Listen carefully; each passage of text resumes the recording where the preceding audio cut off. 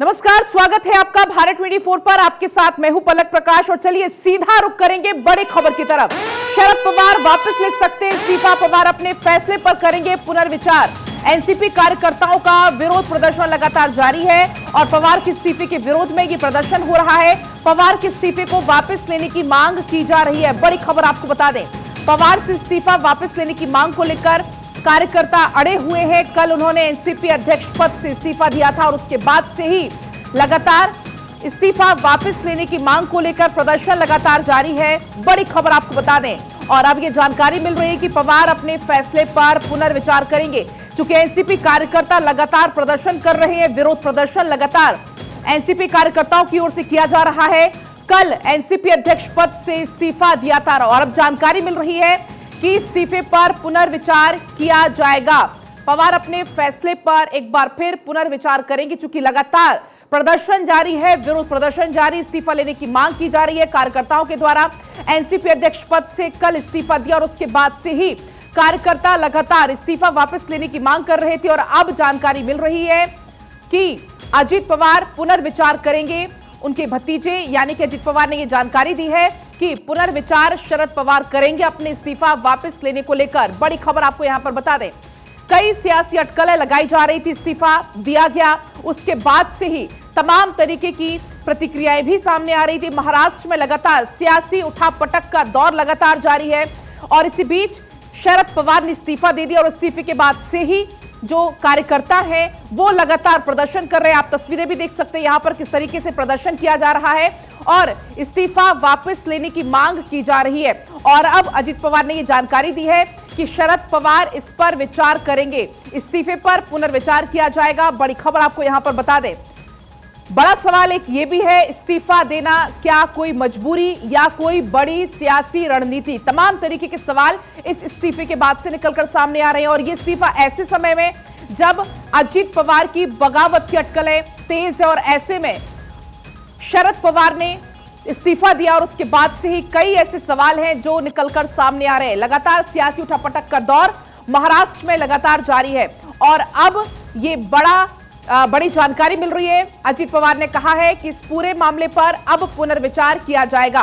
तो अब देखिए आखिर एनसीपी का नया बॉस कौन? अगर इस पर पुनर्विचार नहीं करते हैं, अगर इस्तीफा दे देते हैं तो पुनर्विचार आखिर आपको बता दें एनसीपी का नया बॉस आखिर कौन? शरद पवार की बेटी सुप्रिया सुले, अजित पवार जो कि शरद पवार के भतीजे हैं। तो एनसीपी का नया बॉस कौन है? नए बॉस की रेस में किस किस का नाम है? क्योंकि सुप्रिया सुले कार्यकर्ताओं में पैठ उनकी कम है, लेकिन बात अगर अजित पवार की करें तो कार्यकर्ताओं में अजित पवार की पैठ काफी मजबूत है। सुप्रिया सुले की अगर बात करें तो प्रशासनिक अनुभव की सुप्रिया सुले में कमी है, लेकिन बात करें अगर अजित पवार की तो प्रशासनिक अनुभव अच्छा खासा है अजित पवार का, जो कि शरद पवार के भतीजे हैं और सुप्रिया सुले जो कि उनकी बेटी है।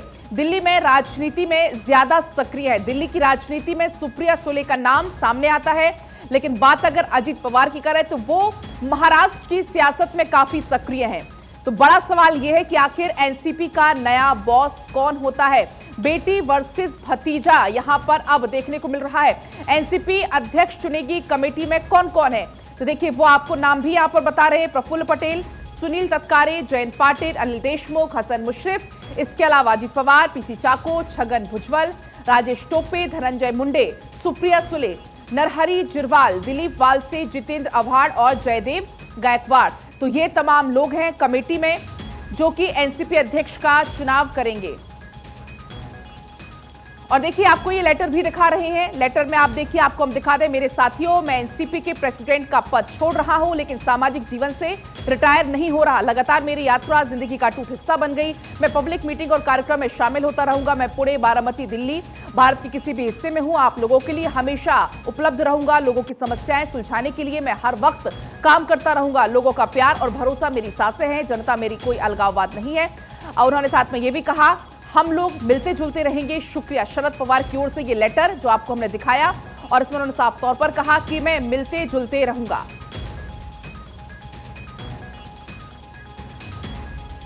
और चलिए और ज्यादा तमाम जानकारी के साथ इस वक्त मेरे साथ पॉलिटिकल एडिटर अदिति नागर जुड़ चुकी है। अदिति, जब से इस्तीफा सामने आया महाराष्ट्र की सियासत एक अलग ही नए करवट लेने की मोड़ में पहुंच चुकी है। इस्तीफे को किस नजर से देखा जाए? पवार ने जो इस्तीफा दिया है, क्या कोई मजबूरी या कोई बड़ी सियासी रणनीति? देखिए, शरद पवार की पावर किसके पास जाएगी, इसका इंतजार अब सबको है।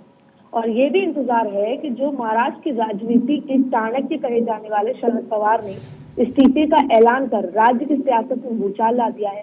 अब इस्तीफा लेने के बाद आपसी जो टकराव थी परिवार के अंदर, जैसा आपने भतीजा और बेटी के बीच में बात करी है, कि पहले तो कई लंबे समय से चलती आई है, लेकिन अब इस्तीफे पर दोबारा सोचने चाहिए 2-3 दिन में, क्योंकि जो कार्यकर्ता हैं वो इस बात का दबाव लगा रहे हैं कि आपको दोबारा सोचना चाहिए। तो अब एनसीपी के जो चीफ हुआ करते थे शरद पवार, इस्तीफे के ऐलान के साथ ही महाराष्ट्र में जिस तरह से उबाल आया है, इस बीच एनसीपी के जो नेता हैं अजीत पवार, उन्होंने कहा कि हम सब शरद पवार से मिले और कार्यकर्ताओं की मांग पर ध्यान देने की गुजारिश भी की। अजीत ने ये भी कहा कि शरद पवार ने इस मामले में फैसला लेने और सोचने के लिए 2-3 दिन का समय मांगा है। अब सबकी नजर टिक गई है कि क्या इस 2-3 दिन में क्या कुछ होने वाला है। एनसीपी नेता अजीत पवार ने मंगलवार को शरद पवार के इस्तीफे के ऐलान के बाद पार्टी कार्यकर्ताओं से धरना खत्म करने और यहाँ तक कि अपनी बेटी को भी, जो उनकी बेटी है शरद पवार की, उनको भी इस्तीफे पे कुछ न कहने की सलाह दे डाली और वापस लौटने की भी अपील की कार्यकर्ताओं से। और उन्होंने ये भी कहा कि हम उन्हें बताया कि कार्यकर्ताओं की काफी नाराजगी है। उन्हें ये भी बताया कि पार्टी के कार्यकर्ता चाहते हैं कि अभी कार्यकारी अध्यक्ष के साथ ही पार्टी चीफ बने रहे और इस पर फैसला लेने के लिए उन्होंने 2-3 दिन का इंतजार भी मांगा है। अब कमेटी ने, आपने तमाम कमेटी का नाम लिया कि कौन कौन कमेटी में है, क्या कुछ होगा, लेकिन ये अंदरूनी जो खींचतान है, क्या इससे बीजेपी को फायदा मिलेगा, क्या इससे आगामी रणनीति में क्या कुछ होगा, ये एक बहुत बड़ा सवाल है। और अब शरद पवार आगे क्या सोचते हैं, राजनीतिक विश्लेषक है कि अजीत पवार अंतिम शासक पार्टी में बने रहने के जो बयान के बावजूद एनसीपी विभाजन की कयास खत्म होने पर पवार किसी प्रकार का बड़ा प्रभाव चाहते थे और चाहते थे क्या कुछ चल रहा है कि अजीत कार्यकर्ताओं से इस्तीफे के फैसले को स्वीकार करने के लिए मनाने के प्रयास भी किया, तो उन पर अविश्वास का भाव भी देखने को मिला। तो ऐसे अब पार्टी के अंदर बहुत ज्यादा रणनीति शुरू हो गई है, राजनीति प्रभाव जिसने लगाए। कार्यकर्ता चाहते हैं कि सुप्रिया सुले बोल और अपने पिता को आग्रह करें और इसी पर उन्होंने सुप्रिया सुले को चुप रहने की भी सलाह दे दी है। हालांकि अजीत से मना करने के बावजूद सुप्रिया नहीं बोली। अब आगे क्या होगा इस्तीफे पर, अड़े रहेंगे क्या इस्तीफे पर, और ऐसे में एनसीपी का जो नया नेता चुनना होगा, अजीत ने कहा कि वह अध्यक्ष पद के इच्छुक नहीं है, ये भी कह डाला। तो अब परिवार की राजनीति इतनी ज्यादा बढ़ गई है, लेकिन क्योंकि महाराष्ट्र के चाणक्य कहे जाते हैं शरद पवार, उन्होंने जाहिर तौर पे ये फैसला लेने से पहले कुछ जरूर सोचा होगा, क्योंकि अगर उनका इतिहास देखें तो 12 दिसंबर 1940 को पुणे में उनका जन्म हुआ था और जब कांग्रेस उन्होंने छोड़ी और उसके बाद 1999 में उन्होंने एनसीपी बनाई, उसके बाद से वो अध्यक्ष रहे, उसके बाद देश बड़े बड़े पदों पर रहे वो। तो ऐसे में अब एनसीपी का बिल्कुल आदित्य, और कल जब इस्तीफा दिया उसके बाद से ही लगातार अटकलों का दौर भी तेज हो गया। आपके पास मैं लौटूंगी, इसी बीच कंसल्टिंग एडिटर आशीष हमारे साथ जुड़ चुके हैं। आशीष, जिस तरीके से अभी अदिति भी बात कर रही थी, लगातार बेटी वर्सेस भतीजा यहां पर अब शुरू हो चुका है कि एनसीपी अध्यक्ष पद की रेस में कौन आगे है, क्या कुछ और अटकलें इसमें लगातार सामने आ रही है? देखिए, शरद पवार को महाराष्ट्र का चाणक्य कहा जाता है। उनके मास्टर स्ट्रोक के बारे में हर कोई जानता है और पवार के इस कदम को उनके पुराने दोस्त और शिवसेना के संस्थापक बाला साहब ठाकरे के कदम से भी जोड़कर देखा जा रहा है। करीब 3 दशक पहले 1992 में बाला साहब ठाकरे ने भी इसी तरह का कदम उठाया था, जब शिवसेना के भीतर और बाहर उनके कामकाज की शैली को लेकर उन पर हमले हो रहे थे। तब भी इस तरह का एक इमोशनल कार्ड उन्होंने खेला और उसके बाद कैसे शिवसेना में जान फूंक दी गई और सब एक साथ होकर बाला साहब के नेतृत्व में चलने लगे, ये सबको जग जाहिर है। पिछले 1 महीने से जिस तरह से एनसीपी और खासकर अजीत पवार केंद्र बिंदु में है, उसे देखते हुए ऐसा लग रहा था कि एनसीपी में अंदर खाने कुछ न कुछ चल रहा है, जो सबको पता था।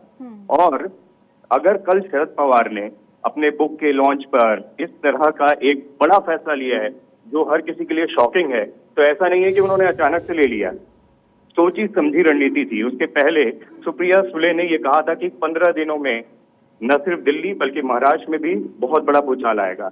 उसके अलावा शरद पवार ने कहा था कि अब रोटी बदलने का, पलटने का समय आ गया है। तो आप समझ रहे हैं कि संकेत पहले से मिलने शुरू हो गए थे। और ऐसा नहीं है कि सुप्रिया सुले या अजीत पवार को ये चीज पता नहीं थी, हर किसी को पता था। और शरद पवार ने ये गुगली फेंकी है, एक तरीके से पार्टी में जान भी फूकी है।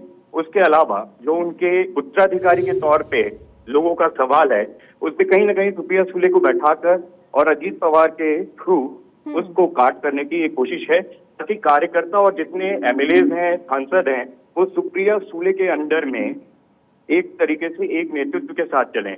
और ये पहली बार नहीं है जब शरद पवार इस तरह का कोई मास्टर स्ट्रोक चल रहे हैं। आप ये समझिए कि जब 2019 में अजीत पवार ने कोशिश की थी कि एनसीपी से अलग हटकर बीजेपी को सपोर्ट करें, उप मुख्यमंत्री बने, तब भी किस तरह से शरद पवार ने अपना मास्टर स्ट्रोक खेला और उसके बाद कहीं ना कहीं एनसीपी में जान फूंक दी।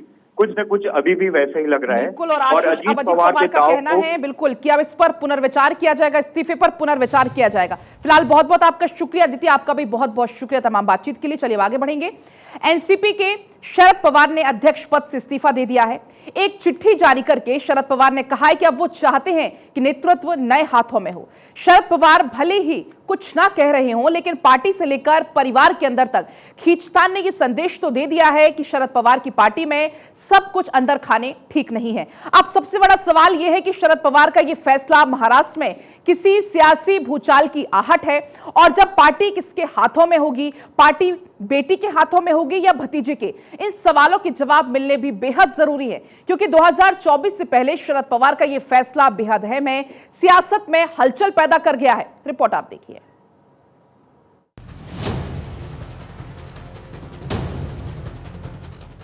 तारीख 17 अप्रैल। एनसीपी की सांसद सुप्रिया सुले ने कहा था कि अगले 15 दिन में महाराष्ट्र की सियासत में 2 बड़े विस्फोट होंगे, और उनके स्टेटमेंट के ठीक 16वें दिन शरद पवार ने कहा कि वो एनसीपी अध्यक्ष का पद छोड़ रहे हैं। इस दौरान कई कार्यकर्ता भावुक होते रहे, लेकिन शरद पवार अपने स्टेटमेंट पर कायम रहे। शरद पवार ने अपनी चिट्ठी में लिखा,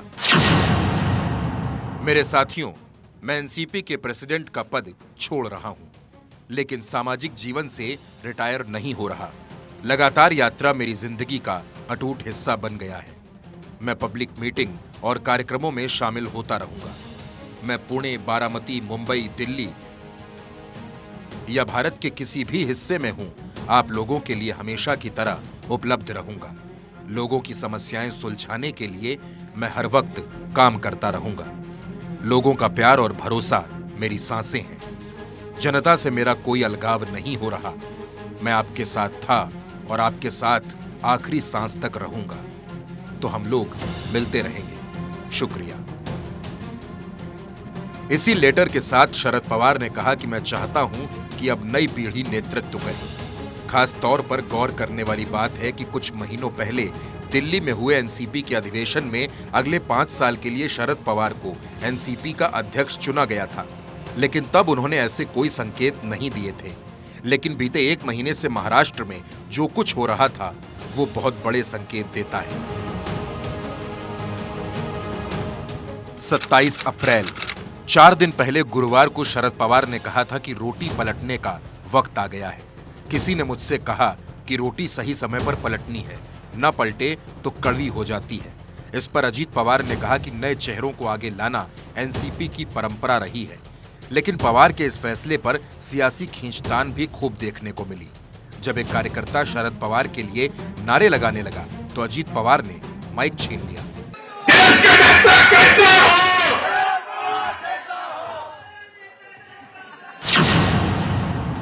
छगन भुजबल ने कहा, पवार ही कमेटी, पवार ही नेता। तो अजीत पवार का कहना था, कभी कभी ऐसे फैसले लेने पड़ते हैं। जयंत पाटिल ने कहा कि आपके बिना काम करना मुश्किल।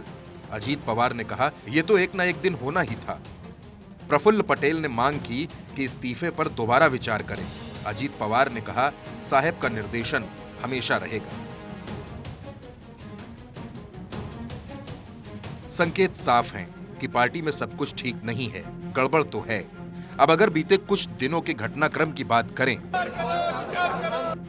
अब जो सबसे बड़ा सवाल है वो ये कि पार्टी का अगला प्रमुख कौन हो, सुप्रिया सुले, अजीत पवार या फिर कोई तीसरा चेहरा।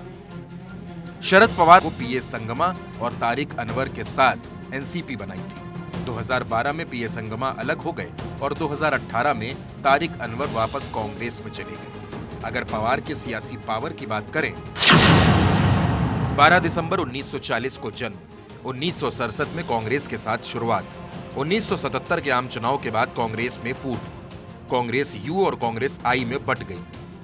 शरद पवार कांग्रेस यू में शामिल हुए। 1978 में महाराष्ट्र विधानसभा चुनाव में दोनों हिस्सों ने अलग अलग चुनाव लड़ा। जनता पार्टी को रोकने के लिए मिलकर सरकार बनाई।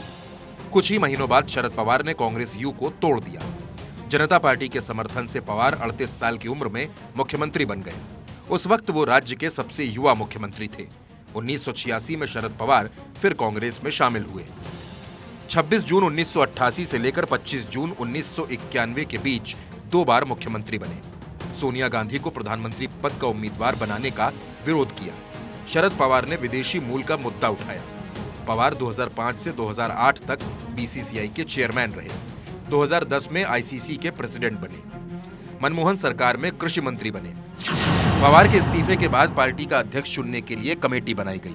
इसमें प्रफुल्ल पटेल, सुनील तड़कारे, के शर्मा, पीसी चाकू, अजीत पवार, जयंत पाटिल, सुप्रिया सुले, छगन भुजबल, दिलीप पाटिल, अनिल देशमुख, राजेश टोपे, हसन मुशर्रफ, धनंजय मुंडे, जयदेव गायकवाड़ का नाम शामिल है। लेकिन इस्तीफे के मायने को भी समझने की कोशिश करते हैं।